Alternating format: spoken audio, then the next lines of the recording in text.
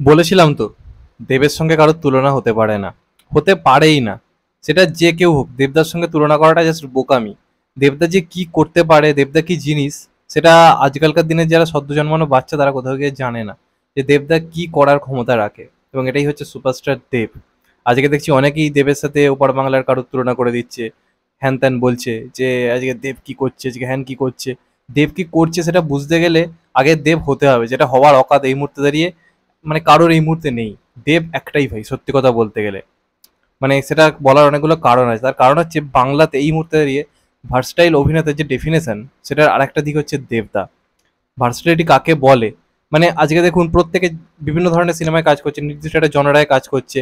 কিন্তু দেখুন দেবদা সব রকমের কিন্তু জনরাতে কাজ করছে। একদিকে ফ্যামিলি ড্রামার মতো সিনেমা আসছে, আবার একদিকে আসছে পুরো মেন স্ট্রিম কমার্শিয়াল কাজ খাদানের মতো, আবার একদিকে অন্যরকম কাজ আসছে। এবং বছরে দেবের তিনটে সিনেমা তিন রকম হচ্ছে। এটা জাস্ট অবাক করা একটা ব্যাপার কোথাও গিয়ে। এটা এই মুহূর্তে দাঁড়িয়ে বাংলায় দেবদা করছে, সেটা বহু বছর ধরে অনেকে কিন্তু করতে পারেনি উইথ সাকসেস।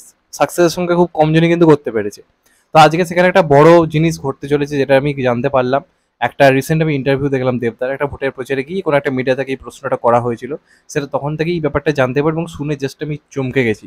যে লোকটা খাদান করছে, যে লোকটা আরও কিছু কিছু সিনেমা করছে, সেখান থেকে এই সিনেমাটার কীভাবে তার মাথায় প্ল্যানিং এলো, এটা হয়তো দেব বলেই সম্ভব। দেবের হার্ড ওয়ার্ক, দেবের সিনেমার প্রতি প্যাশন, সিনেমার প্রতি দেবের ভালোবাসা দেবকে যে কোন পর্যায়ে নিয়ে যেতে পারে তোমাদের কোনো আইডিয়া নেই।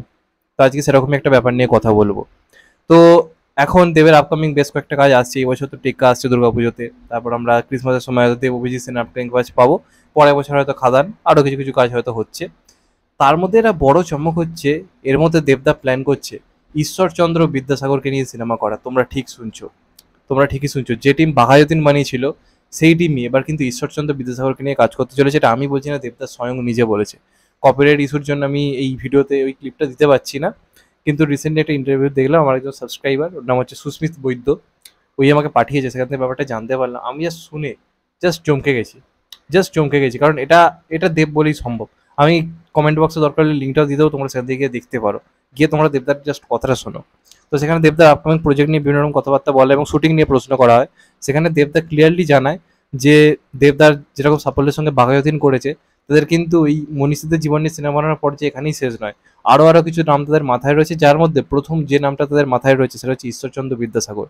ঈশ্বরচন্দ্র বিদ্যাসাগরকে নিয়ে দেবদা কিন্তু কাজ করতে চলেছে। এবার দেবদা ওই চরিত্রে অভিনয় করবে কিনা সেটা একটা অন্য ব্যাপার, সেটা আমরা এক্ষুনি বলতে পারছি না। তবে খুব সম্ভবত করছে, কারণ দেবদা এই কথাটা বলেছে যে আমার পরবর্তী প্রজেক্ট যেটা নিয়ে ভাবনা চিন্তা হচ্ছে সেটা হচ্ছে বিদ্যাসাগর, মানে আমার প্রজেক্ট। এবার এটা প্রডিউসার হিসেবে তার প্রজেক্ট হতে পারে, অভিনেতা হিসেবে তারও প্রজেক্ট হতে পারে, এবার সেটা সময় বলবে, সেটা আমরা পরে জানতে পারবো। কিন্তু বিদ্যাসাগরকে নিয়ে যে সিনেমা হয় সেটা খুব খুব খুব হওয়া দরকার। আজকে আমরা বিভিন্ন সময় শাহরুখ খান, সলমান খান, বিভিন্ন লোকের জন্মদিন বিরাটভাবে সেলিব্রেট করে। আজকে যার জন্য বাংলা ভাষা টিকে রয়েছে, আমাদের মাতৃভাষা, অ আ ক খ যে লিখতে পারছি, সেটা কার জন্য? ঈশ্বরচন্দ্র বিদ্যাসাগরের জন্য। তার জন্মদিন কি সেইভাবেই বাংলার বুকে সেলিব্রেট হয়? হয় না। দেখুন দেবদার ফ্যামিলি ড্রামা করা নিয়ে আমার আপত্তি ছিল। দেবদা যখন প্রজাপতি করছিল, টনিক করছিল, আমি সমালোচনা করেছিলাম। কারণ আমি দেবদাকে ওইভাবে দেখতে আমার ভালো লাগে না। হয়তো আমার বাবা মায়ের বয়সে পৌঁছালে তখন হয়তো আমার ভালো লাগবে। আজকে আমি যে এজে বিলং করি সেখানে দেবদাকে দেখে ভাই মনে হয় যে ভাই উড়িয়ে দিক ফুড়িয়ে দিক এরকম টাইপের ভালো লাগে, কারণ আমি খাদান নিয়ে অনেক বেশি এক্সাইটেড। কিন্তু ফ্যামিলি ড্রামা নিয়ে আমার মনে একটা আপত্তি ছিল। কিন্তু এই যে ধরনের কাজগুলো, যেমন ধরুন বাঘা যতীন বা ঈশ্বরচন্দ্র বিদ্যাসাগরের নিয়ে কাজ, এগুলো নিয়ে আমার মনে কোনো আপত্তি নেই। কারণ এই মানুষগুলোর গল্প কিন্তু তুলে আনা দরকারও রয়েছে। বাঙালিদের রক্তের যে তেজটা সেটা আস্তে আস্তে কমে যাচ্ছে। আজকে এই মানুষগুলোর যে জীবনটা দেখানো, আশা করছি বাঙালিদের মধ্যে সেই তেজটা আবার জেগে উঠবে কিছুটা হলো।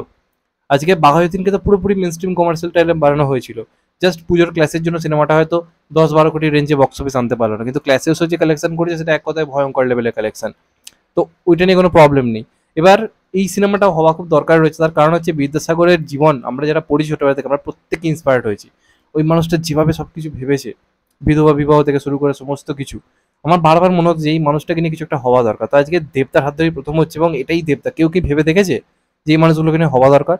আজকে তোমরা বলো দেবতা লার্জার দ্যান লাইফ চরিত্র করুক, এই যে মানুষগুলোকে নিয়ে সিনেমা হচ্ছে তারা তো রিয়েল লাইফে লার্জার দ্যান লাইফ কাজ করে এসছে। মানে রিয়েল লাইফে তারা লার্জার দ্যান লাইফ জীবন কাটিয়ে এসছে। এমন এমন কিছু প্রতিবাদ করেছে যেগুলো আজকের দিনে আমরা বলতে গেলে আমরা আমাদের কথা আটকে যাবে। সেই হচ্ছে সেই মানুষগুলোকে নিয়ে সিনেমা যে ভাবা হচ্ছে, এটা আমি নিয়ে খুব খুশি। আমাদের বাঘাযতীনকে নিয়ে হয়েছে, এবার হোক বিদ্যাসাগরকে নিয়ে হোক। এবার পরিচালক হয়তো অরুণ রায় হতে চলেছে, এবং হয়তো আমরা দেবদাকে বিদ্যাসাগর চরিত্রে দেখতে পাবো। এখন অনেকে বলতে পারে দেবদাকে কি মানাবে, বাংলা উচ্চারণ কি ভালো হবে, এরকম অনেক কথা উঠবে। বাঘাযতীনে করে দেখিয়ে দিয়েছে ভাই। এবং মেকআপ কি লেভেলের হতে পারে বাংলা ইন্ডাস্ট্রি, সেটা বাঘাযতীন সব থেকে বড় উদাহরণ। বাঘাযতীন হওয়ার আগে অনেকে বলেছিল ভাই দেব বাঘাযতীন হবে, আর যখন বাঘাযতীন এই পারফরমেন্স দিল সবাই হাঁ হয়ে চুপ হয়ে হলে বসেছিল। তার যে বিদ্যাসাগর যখন পুরোপুরি যখন কথাবার্তা একদম ফাইনাল হয়ে যাবে দেখবেন অনেক সমালোচনা হবে। জাস্ট টিজার বা পোস্টার যখন আসবে লোকে দেখবেন থ মেরে যাবে। দেবদাসী ক্যালমা এখন রয়েছে। তো এটা হোক, এটা হলে আমার চেয়ে খুশি কেউ হবে না। দেখা যাক ফাইনালি কি হয়। এমনই আপডেট উঠে এসছে, যে কারণে তোমাদেরকে বললাম এটা একদম এক্সক্লুসিভ আপডেট। ভিডিওটা পারলে শেয়ার করে দিও, লাইক করে দিও, এবং দেবদার জন্য আমার তরফ থেকে অনেক হ্যাটস অফ। এটা জমিয়ে হোক বস, জমিয়ে হোক। এই মানুষটাকে নিয়ে সিনেমা হওয়া দরকার ছিল। তুমি যে করছো এটার জন্য আমি সত্যি খুব খুশি। এবার দেখা যাক কি হয়।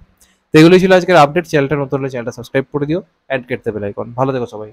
এখনো মতো ভাই সবাই ভালো থেকো, সুস্থ থেকো, নমস্কার, টেক কেয়ার, আবার দেখা হবে।